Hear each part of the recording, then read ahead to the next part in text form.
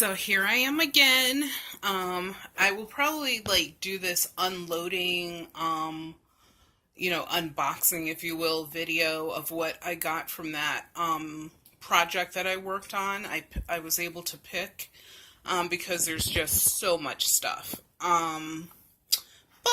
So here's some of the ephemera that I was talking about in my previous video.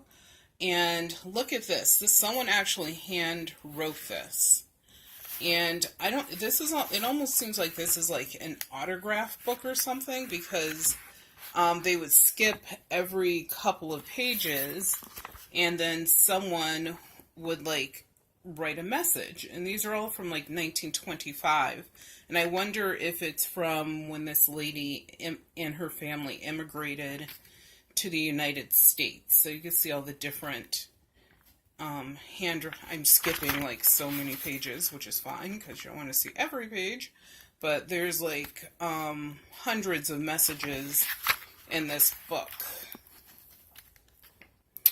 And like I said, they're all from around the same time, so it's almost like they were saying farewell. And they were smart when they did this, because they did leave a clean sheet of paper or two in between each so that the ink would not leak through. So I thought that was really smart. And that's probably why this book survived in the condition that it was in. Look at that. No one writes like that anymore. And it did have a lock on it, so we had to break that open. And I don't know what that says, but I believe it's French. We also found naturalization and immigration papers in here. This one is dated 1934.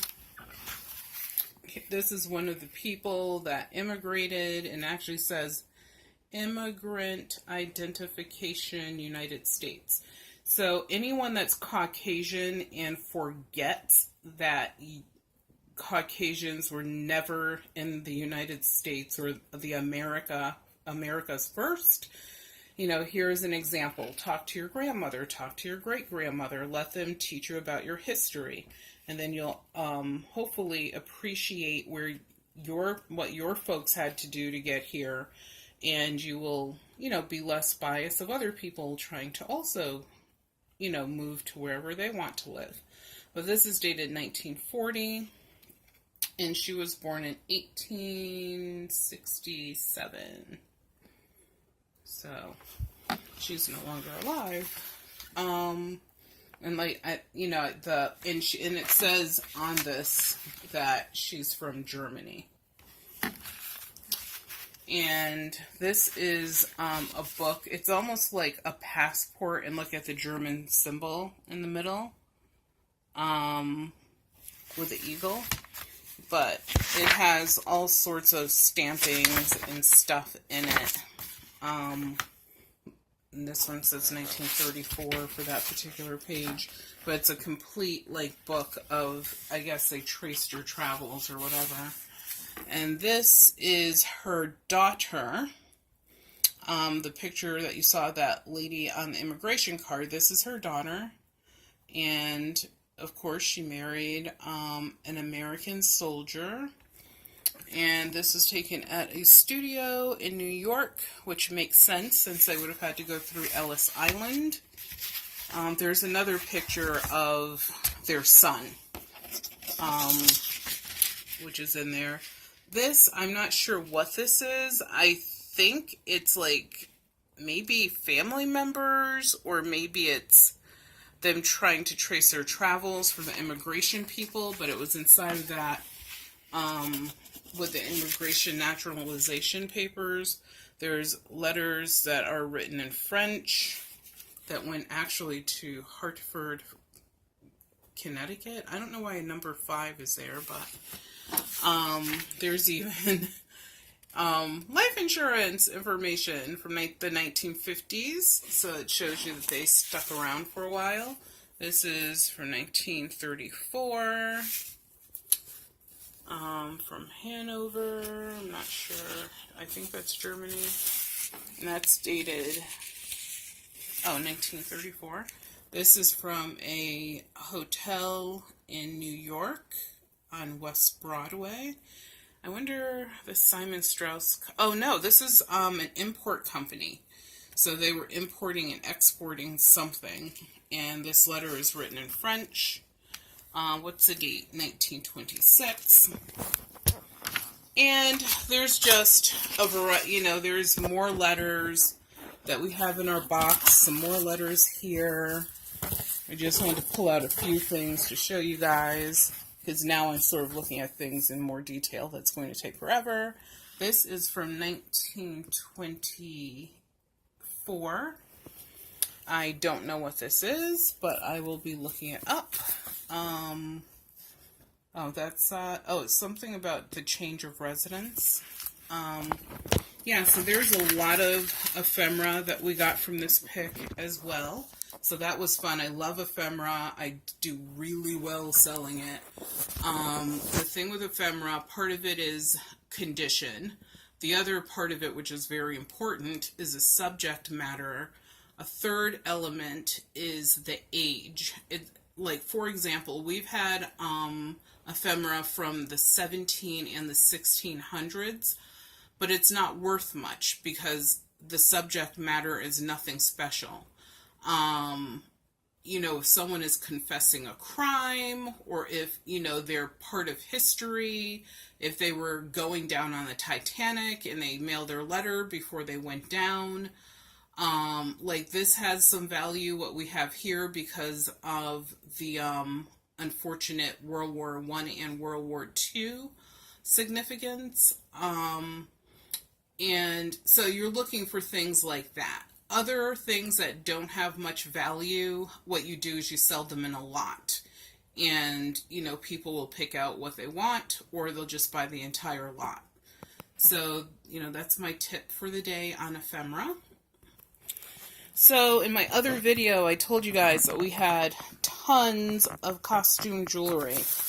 All of this in the boxes is costume jewelry. I just put all of it in this bag. All the bags that you see in this bin. Yes, we also got this old saxophone. What I have to do is test it to see if it's silver. I don't know if it is or not. Hopefully it is. It will be scrapped. If not, we will probably sell it as a wall hanger. In these bags, there's more costume jewelry. Every single bag is just full of costume jewelry. Big pieces, little pieces. Every piece of jewelry you could possibly imagine in this bag. This is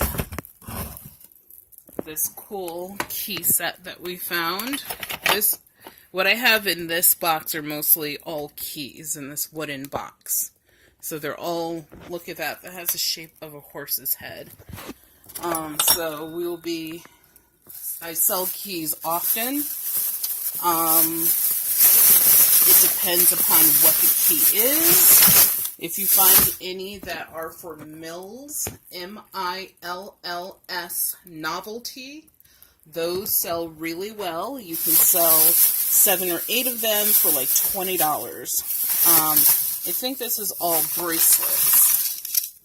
Yeah, there's just, and we still have to like double check some of this stuff is for sterling gold.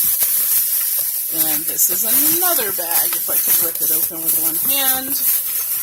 Ah, don't get my leg.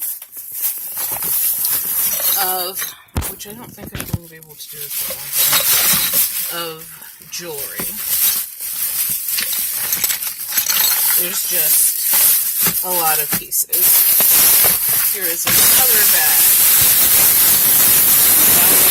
I'm determined to get into this bag.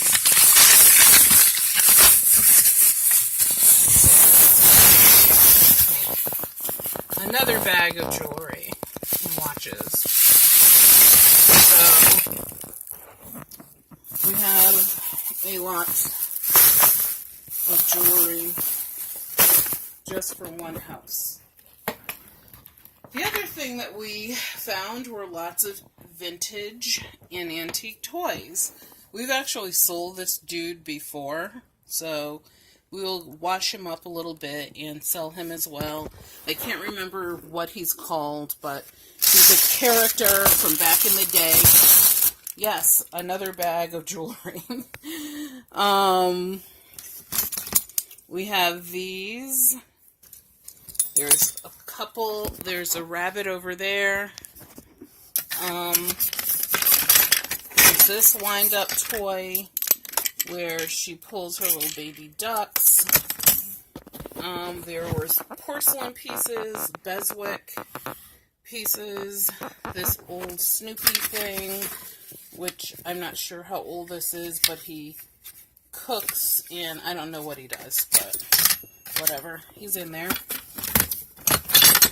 Really cool old ice cream scooper with a rabbit, and it's very thick, very heavy. There's a Hubley doorstop down there. Oops, sorry about that. I hope this is filming in the right direction. It's kind of weird.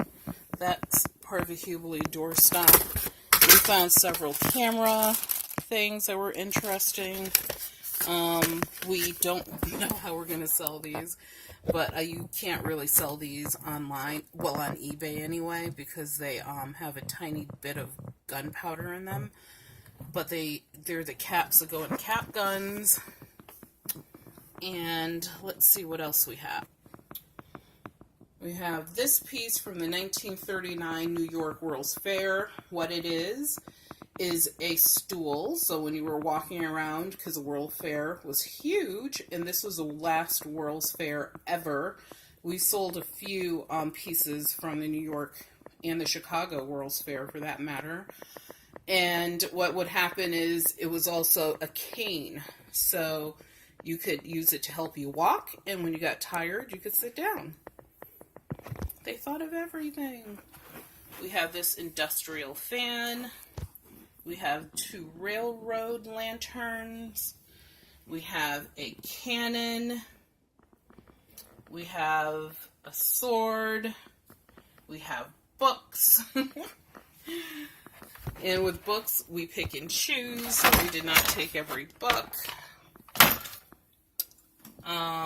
This is a newer piece. It's like a shoe shine kit thing. And a piece of Betsy Johnson here with his purse. What else? Oh, we have a Stiff bear. He still has his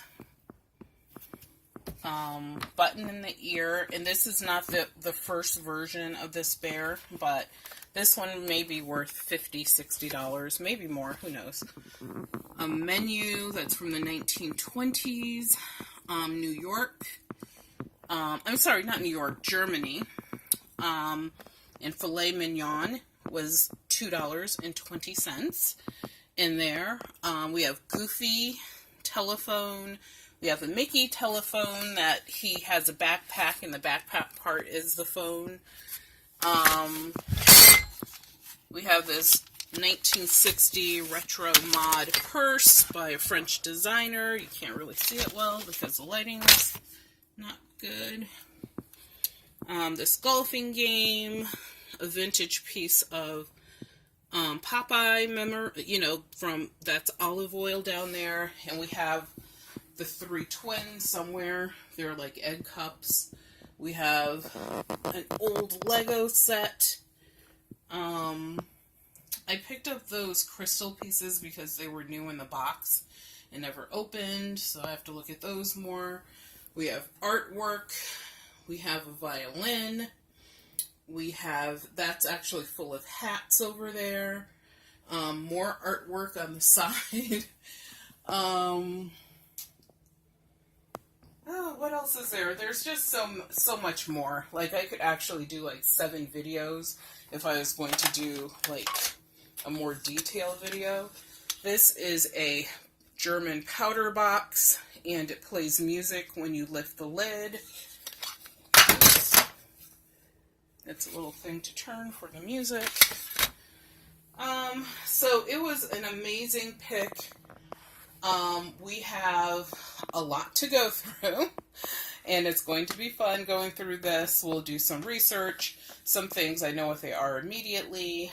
One of my goals that I have is by the end of this month, I want to have 200 more listings out there. Right now I have like almost 400, but which is a good problem to have. I am not complaining. I keep selling things, and because I keep selling them, I have to replace the listings.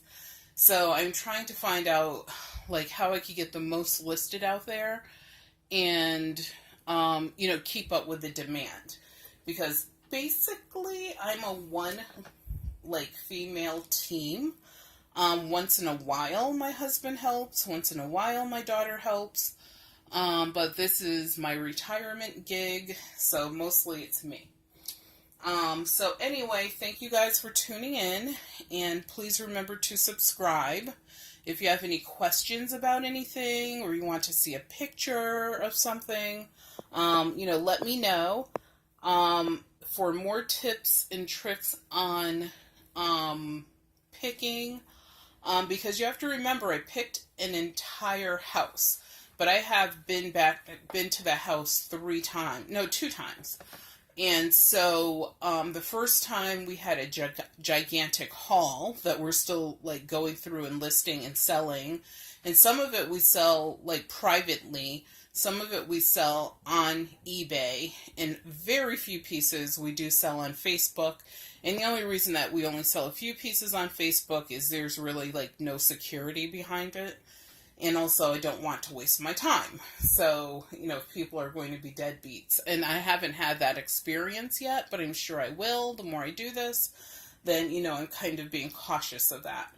But anyway, so we will definitely get through this, because we have another project coming up with our friend who's going to, once again, let me just go in there and, go treasure hunting. So I want to put a dent in this at least, and get things sorted and stored, and like some things have to go in the safe, whatever, so that we're ready for our next adventure. So good luck to you guys out there. Our season has been amazing. It never slowed down. We never had a slow time. There was never, we had the Q4 rush like everyone else did. Our Q4 started in October, and it went until like the middle of February. And right now sales are steady, and they're still, good. They're just steady. They're not as frantic as before. And I'm hoping that you guys are, doing a good job managing your businesses and your hobbies, and that you're also making a profit too. So take care and happy picking.